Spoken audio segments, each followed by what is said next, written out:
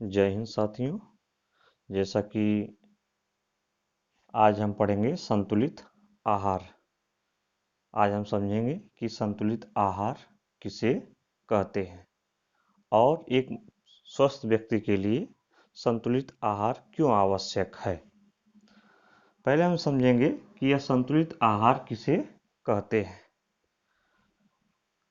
हम सभी मानव, सभी प्राणी या जीव जंतु जो भी हैं, वे भोज्य पदार्थ ग्रहण करते हैं और वे भोज्य पदार्थों के ग्रहण करने से हमें क्या मिलती है? शक्ति मिलती है, ऊर्जा मिलती है, जिसके द्वारा हम क्या कर सकते हैं? कार्य को संपन्न कर सकते हैं।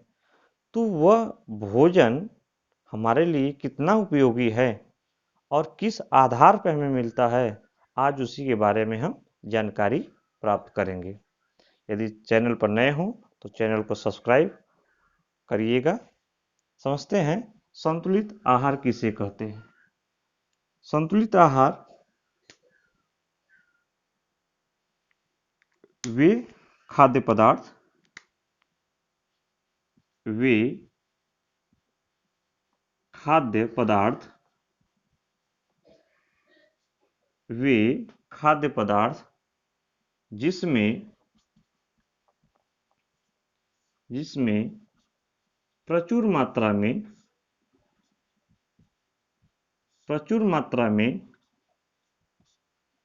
पोषक तत्व उपस्थित होते हैं, संतुलित आहार कहलाता है। संतुलित आहार कहलाता है। यानी हम परिभाषा देंगे कि वे खाद्य पदार्थ जिसमें प्रचुर मात्रा में पोषक तत्व उपस्थित होते हैं, वे क्या कहलाते हैं? संतुलित आहार कहलाते हैं। अब हम समझेंगे कि यह पोषक तत्व किसे कहते हैं।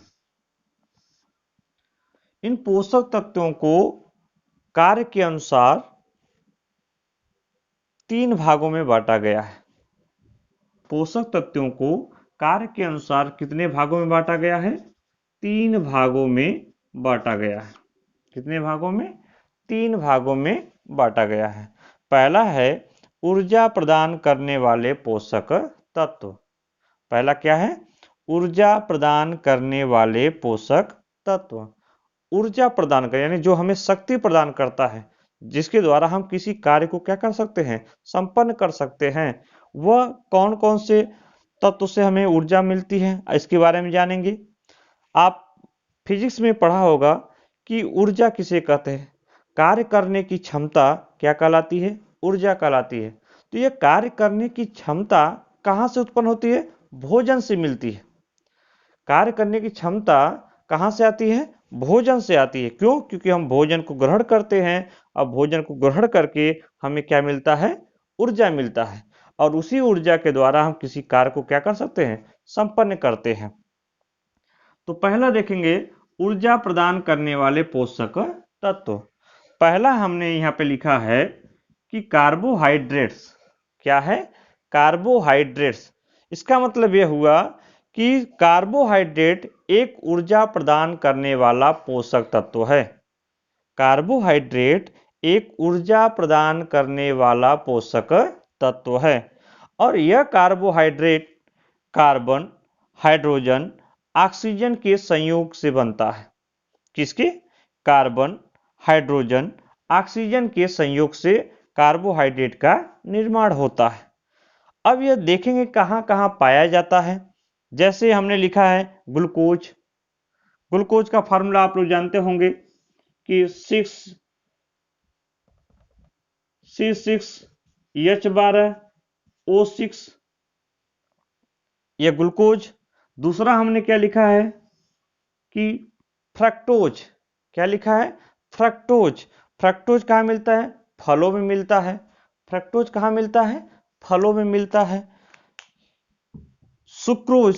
सुक्रोज को ही क्या कहते हैं? शर्करा कहते हैं, या इसी का एक और नाम है, क्या है? चीनी। जैसे कि आप सुक्रोज को जानते हैं, C6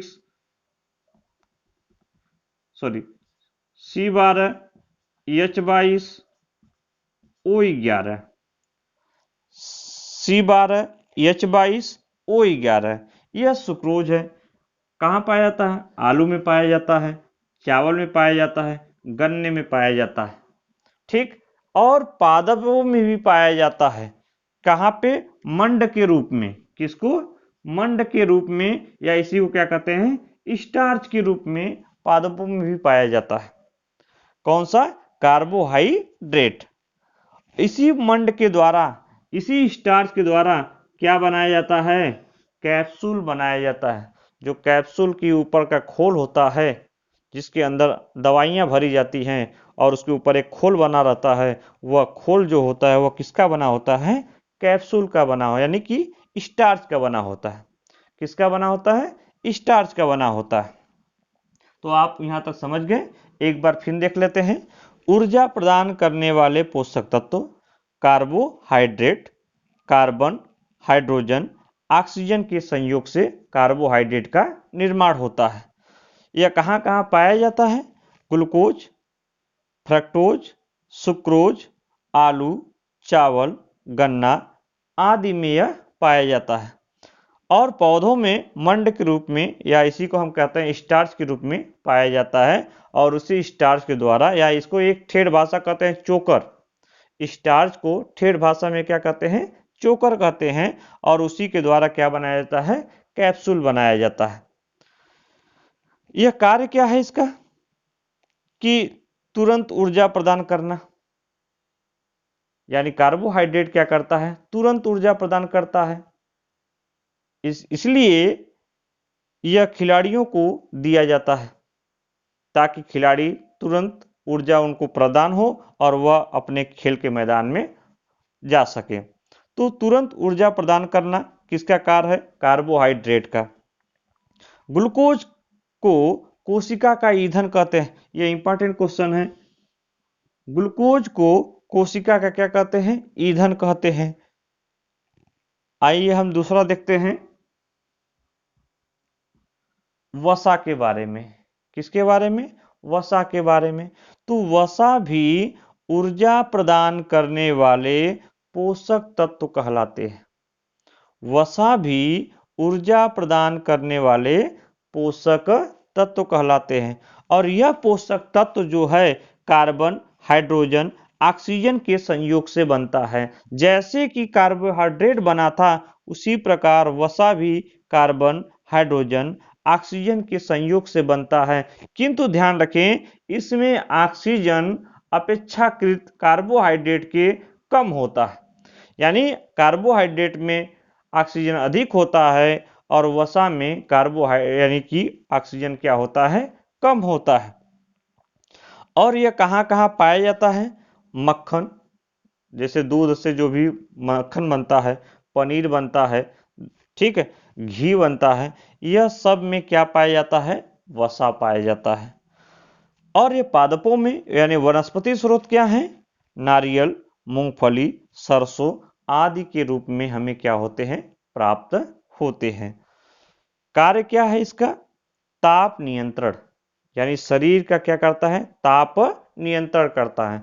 जैसा कि जानकारी के लिए बता दें कि हमारे शरीर का तापक्रम कितना होता है? 37 अंश सेल्सियस। कितना होता है? 37 अंश सेल्सियस। यह ताप को बनाए रखना किसका काम है? वसा का काम है। हालांकि जल का भी काम है, लेकिन यहाँ पे हम क्या पढ़ रहे हैं? वसा के बारे में। तो हम बताएंगे कि ताप का नियंत्रण भी वसा करता है। शरीर को आकृति प्रदान करता है। कोई दुबला पतला रहता है, अत्यधिक दूध, घी, मक्खन खाता है तो उसका शरीर धीरे धीरे फूलने लगता है। अब फूलने का कारण क्या है? कि उसमें फैट यानी वसा जमने लगता है। जमने लगता है तो धीरे धीरे उसकी आकृति क्या हो जाती है? बड़ी हो जाती है, मोटी हो जाती है, जिससे शरीर को क्या करती है? एक आकृति प्रदान होता है। तो यहाँ तक आपको समझ में आ गया होगा। ऊर्जा प्रदान करने वाले पोषक तत्व कितने हैं? कार्बोहाइड्रेट और वसा। आइए हम अगला देखते हैं, निर्माणकारी पोषक तत्व। क्या जानेंगे? निर्माणकारी पोषक तत्व। तो निर्माणकारी पोषक तत्व में प्रोटीन आता है। कौन आता है? प्रोटीन आता है। और यह protein carbon, hydrogen, oxygen, nitrogen के संयोग से बनता है। कार्बन, हाइड्रोजन, ऑक्सीजन, नाइट्रोजन के संयोग से हमारा प्रोटीन का निर्माण होता है। एक प्रोटीन के एक अणु का निर्माण, प्रोटीन के एक अणु का निर्माण कई अमीनो अम्ल से मिलकर बनता है। यानी प्रोटीन का एक अणु बनाएंगे तो वह कई अमीनो अम्ल से मिलकर बनता है। जैसा कि शरीर में, एक मनुष्य के शरीर में 20 अमीनो अम्ल पाए जाते हैं। जैसा हमने लिखा है कि शरीर में 20 अमीनो अम्ल पाए जाते हैं। अब जानते हैं कि प्रोटीन से कौन कौन से रोग होते हैं। तो प्रोटीन से दो रोग होते हैं, एक क्वाशरकर, दूसरा होता है मेरस्मस। यह दोनों रोग किसकी कमी से होता है? प्रोटीन की कमी से। क्वाशरकर और मेरस्मस में सेम, थोड़ा बहुत डिफरेंस होता है।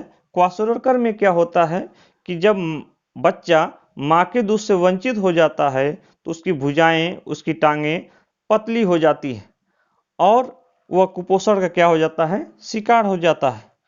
और इसी प्रकार मेरस्मस भी है, किसके कारण? प्रोटीन के कारण होता है। तो यह दोनों रोग किसके कमी के कारण होता है? प्रोटीन की कमी के कारण। एक होता है क्वाशरकर, दूसरा होता है मेरस्मस। नेक्स्ट हम देखेंगे तीसरा जो है प्रतिरक्षा प्रदान करने वाले पोषक तत्व। तीसरा क्या पढ़ना है? प्रतिरक्षा प्रदान करने वाले पोषक तत्व। तो प्रतिरक्षा प्रदान करने वाले पोषक तत्व कौन कौन से हैं? विटामिन है एवं खनिज लवण है। विटामिन एवं खनिज लवण। ठीक, तो यहां तक हमें उम्मीद है कि आपको समझ में आया होगा। पहले एक बार फिर थोड़ा रिपीट कर लेते हैं। संतुलित आहार किसे कहते हैं?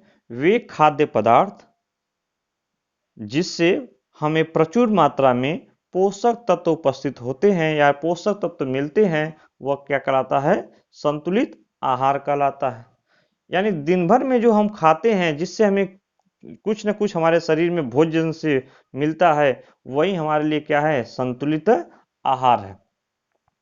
संतुलित आहार में एक शब्द आया है पोषक तत्व। क्या आया है? पोषक तत्व। तो कार्य के अनुसार पोषक तत्वों को कितने भागों में बांटा गया? 3 भागों में बांटा गया। पहला है ऊर्जा प्रदान करने वाले पोषक तत्व, यानी जिसके द्वारा ऊर्जा हमें प्रदान होता है। जिसके द्वारा हमें क्या प्रदान होता है? ऊर्जा। अब ऊर्जा शरीर में रहेगा तब ना काम करेंगे। तो ऊर्जा कैसे मिलेगा? भोजन से मिलेगा। तो भोजन में वह कौन कौन से भाग हैं जिससे हमें क्या मिलता है? ऊर्जा मिलता है। तो पहला हमने क्या लिखा? कार्बोहाइड्रेट्स। तो कार्बोहाइड्रेट से हमें ऊर्जा मिलता है। और कार्बोहाइड्रेट्स किसके रूप में मिलता है? ग्लूकोज के रूप में, फ्रक्टोज यानी फलों के रूप में, सुक्रोज यानी चीनी के रूप में, आलू, चावल, गन्ना आदि के रूप में। उसी प्रकार वसा, यह भी ऊर्जा प्रदान करता है हमारे शरीर में। तो यह मक्खन में, पनीर में, दूध में, घी में, नारियल में, मूंगफली में, सरसों में आदि में पाया जाता है। तो इससे हमें क्या मिलता है? इन दोनों से ऊर्जा मिलता है। और यह ऊर्जा हम किसी कार्य को क्या करते हैं? किसी कार्य को निरूपित करने के लिए, किसी कार्य को संपन्न करने के लिए उसमें हम लगाते हैं। दूसरा है निर्माणकारी पोषक तत्व, यानी शरीर की मरम्मत, टूट फूट की मरम्मत तथा साथ ही साथ एंजाइमों का निर्माण आदि जो भी होता है वह किसके कारण होता है? प्रोटीन के कारण होता है। किसके कारण होता है? प्रोटीन के कारण होता है। और मनुष्य के शरीर में कितने प्रोटीन अमीनो अम्ल पाए जाते हैं? 20 अमीनो अम्ल पाए जाते हैं। और प्रोटीन की कमी से कौन सा रोग होता है? क्वाशरकर और मेरस्मस। कौन सा रोग? क्वाशरकर और मेरस्मस। तीसरा है प्रतिरक्षा प्रदान करने वाले पोषक तत्व। प्रतिरक्षा, नाम देखिए, प्रतिरक्षा यानी रोगों से लड़ने की क्षमता, रोगों से लड़ने की क्षमता प्रदान करना क्या कहलाता है? प्रतिरक्षा। तो यह विटामिन करता है एवं क्या करता है? खनिज लवण करता है। और हमने यहाँ पे लिख रखा है नोट में कि माँ का दूध सर्वोत्तम आहार होता है। एक बच्चे के लिए माँ का दूध क्या होता है? सर्वोत्तम आहार होता है। जो बच्चा माँ का दूध यदि सही ढंग से यदि ले रहा है तो उसको कोई बीमारी होने के चांसेस नहीं रहते। हमें उम्मीद है कि यह आपको संतुलित आहार के बारे में जानकारी समझ में आई होगी। और एक बात और कहना चाहते हैं कि लगभग 20 घंटे हो गए 2 वीडियो डालने के पश्चात, और सभी सब्सक्राइबरों का हमें रिस्पांस काफ़ी अच्छा मिला है और हमें उम्मीद है कि आगे भी ऐसी प्रकार रिस्पांस मिलेगा। जय हिंद।